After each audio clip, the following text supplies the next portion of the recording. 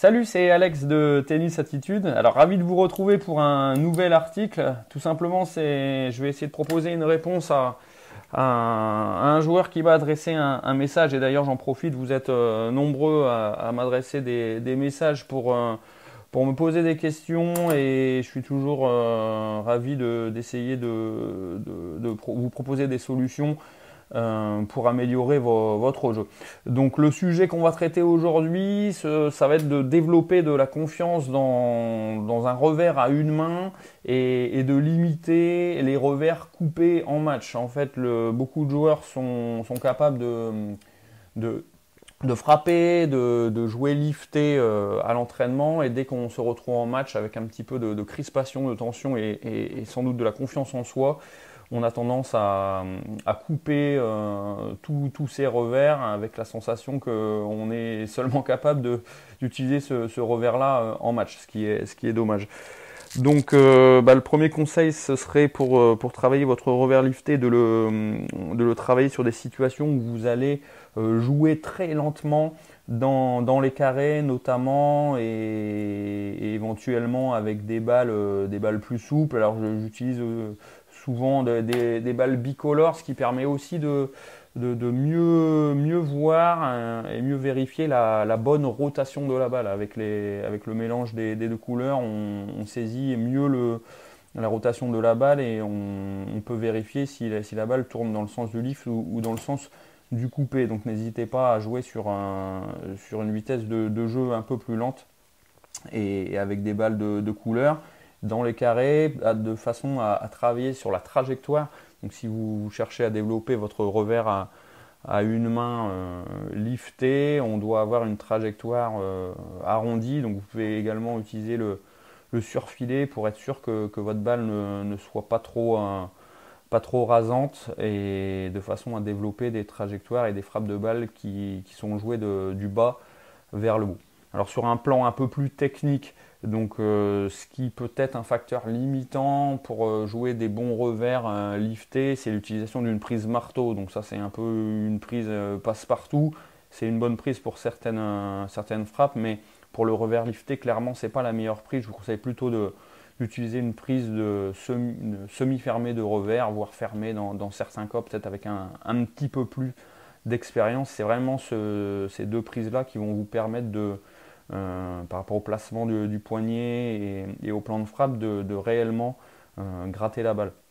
Ensuite, le point clé pour un revers à une main liftée et frappée, ça va être d'effectuer une mise à niveau très prononcée, où on va vraiment laisser descendre la tête de raquette sous le niveau du poignet, de façon à créer une frappe de balle qui va partir de l'arrière en fin de préparation, du bas, pour aller rencontrer la balle sur une action où la raquette va remonter.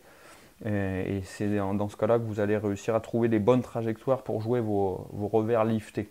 Ensuite, bien sûr, c'est super important de disposer d'un ancrage solide des appuis. On retrouve souvent des revers frappés sur l'arrière, où le poids du corps n'est pas suffisamment passé sur l'avant au moment de l'impact. Et un autre souci aussi qu'on retrouve souvent, c'est même quand le joueur réussit à transférer le poids du corps sur la jambe avant, à l'impact, la jambe avant est souvent trop tendue. Donc non seulement il faut être sur l'avant, mais en plus il faut y associer une flexion de cette jambe avant pour pouvoir pousser sur cette jambe pour remonter la balle et l'associer à la remontée de la raquette pour trouver la bonne trajectoire du bas vers le haut. Bien sûr, si vous voulez limiter l'effet coupé et développer votre revers lifté, il va s'agir de ne pas ouvrir le tamis à l'impact vers le plafond, vers le ciel. On va plutôt avoir un tamis à l'impact qui est perpendiculaire, qui est parallèle au filet, pardon, et qui va ensuite s'orienter vers le sol pour produire cet effet lifté. Tout ça, bien sûr, conjugué avec la remontée du bras devant en fin de geste. Ensuite, et là, ce sera vraiment le point clé, et je pense que c'est le problème de beaucoup de monde. On a souvent tendance à couper parce qu'on est en retard. En effet, le revers à une main frappé, lifté, ça demande d'être bien ancré. C'est ce qu'on a vu juste avant. Et si on veut justement avoir ces appuis solides, il va falloir être en avance par rapport à la balle et d'avoir des appuis placés juste avant le rebond dans son camp, voire même aller à l'extrême au moment où la balle tombe. C'est le dernier moment où les appuis doivent être en place. Et au moment où la balle tombe, les appuis ne sont pas encore fixés, on risque d'être en retard, on va jouer sur l'arrière et dans ce cas-là, on risque de passer en revers coupé pour récupérer un petit peu le déséquilibre.